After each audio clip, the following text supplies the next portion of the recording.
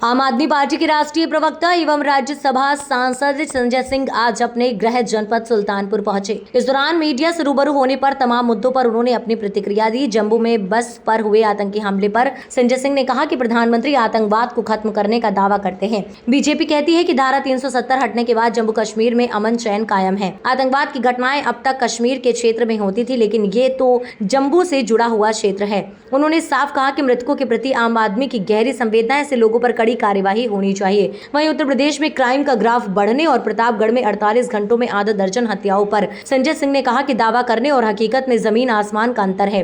उन्होंने कहा कि दावे समिति सीमित रखेंगे और जमीन पर सुधार नहीं करेंगे तो ऐसी घटनाएं होती रहेंगी। उन्होंने कहा कि यूपी सरकार और योगी जी को संज्ञान लेना चाहिए और जिम्मेदारों पर सख्त कार्यवाही होनी चाहिए।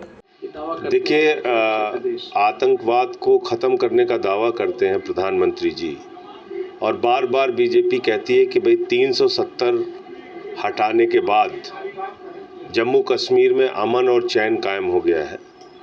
आतंकवादी घटनाएं अब तक कश्मीर के क्षेत्र में होती थी। ये तो जम्मू से जुड़ा हुआ क्षेत्र है जहां पर ये ऐसी घटना हुई है। तो निश्चित रूप से ये पूरे देश के लिए बहुत चिंता का विषय है और इस पूरे मामले में सख्त से सख्त कार्रवाई होनी चाहिए। मारे गए लोगों के प्रति आम आदमी पार्टी की ओर से मैं गहरी श्रद्धांजलि, अपनी संवेदना व्यक्त करता हूं। उनके परिजनों को ईश्वर शक्ति दे कि ये जो कष्ट उनके ऊपर आया है इसको बर्दाश्त कर सकें। उनकी पुण्य आत्मा को अपने चरणों में भगवान स्थान दे, ऐसी मैं प्रभु से कामना करता हूँ। यूपी सरकार और मुख्यमंत्री यूपी के अक्सर ये दावा कर रहे हैं, सरकार इलेक्शन बीतने के बाद भी उन्होंने एक तरह से कार्रवाई में तेजी कर दी। बावजूद इसके लगातार क्राइम का ग्राफ यूपी में बढ़ रहा है। अभी प्रतापगढ़ में लगभग 48 घंटे में 6 से ज़्यादा हत्या हो चुकी है। देखिए, दावे करने में और हकीकत में ज़मीन आसमान का अंतर होता है और जब आप खाली दावे तक सीमित रखेंगे अपने आप को और ज़मीन में सुधार नहीं करेंगे तो ऐसी घटनाएं होंगी। मैं समझता हूं कि उत्तर प्रदेश सरकार को और मुख्यमंत्री जी को इस घटना का संज्ञान लेना चाहिए और जल्द से जल्द जो लोग इसके लिए जिम्मेदार हैं उनके खिलाफ कार्रवाई करनी चाहिए। कानून का राज सबके लिए बराबर होना चाहिए, किसी भी जाति के हों, किसी भी धर्म के हों। जो गलत है उसके खिलाफ कार्रवाई कीजिए। अभी इंडिया अलायंस ने इलेक्शन में बड़ा अच्छा जो है अपने आप को प्रेजेंट किया, अच्छे रिजल्ट आए, बावजूद इसके सरकार नहीं बना पाई। कहाँ लग रहा है कमी रहेगी? अब मोदी जी का भी दावा था कि 400 सीटें आएंगी, उनकी 160 सीटें कम हो गई, 240 पे रुक गए वो। तो उनको खुद से बहुमत नहीं मिला है। बैसाखी की सरकार वो चला रहे हैं।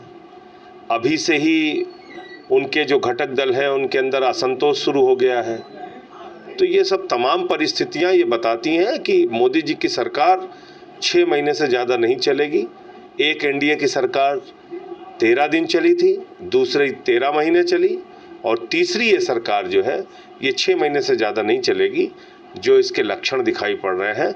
और बार बार मैं कह रहा हूँ स्पीकर के पद को लेके, और अभी सूचना भी आ रही है कि टीडीपी स्पीकर अपना खड़ा करना चाहती है, बनवाना चाहती है।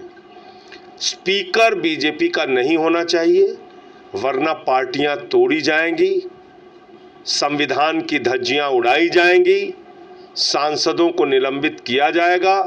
150 से अधिक सांसद भारतीय संसदीय इतिहास में पहली बार मोदी जी की सरकार में सस्पेंड हुए थे। इन सारी घटनाओं को याद रखते हुए टीडीपी को अपना स्पीकर खड़ा करना चाहिए और अगर बीजेपी समर्थन नहीं भी देती है तो बाकी दलों को, इंडिया के गठबंधन दलों को और एनडीए के घटक दलों को मिलकर स्पीकर गैर भाजपाई बनाना चाहिए। ये मेरा अपना मानना है। एनडीए का आप भविष्य बता रहे हैं, इंडिया अलायंस गठबंधन का भविष्य क्या है? इंडिया अलायंस गठबंधन का भविष्य हर मुद्दे पे हम लोग बैठ के मिल के तय करेंगे क्या करना है। आगे कहाँ तक रहेगा साथ? रहेगा, अच्छा रहेगा, ठीक ठाक साथ रहेगा। इस समय दिल्ली में पानी को लेके बहुत संकट है। पानी को लेके संकट जो है उसको लेके हरियाणा सरकार जो पानी हमें देना चाहिए वो नहीं दे रही है और इसको लेके एलजी से मुलाकात की है हमारी मंत्री ने, आतिशी जी ने और सौरभ भारद्वाज ने। वीपी न्यूज़, खबर सिर्फ सच की।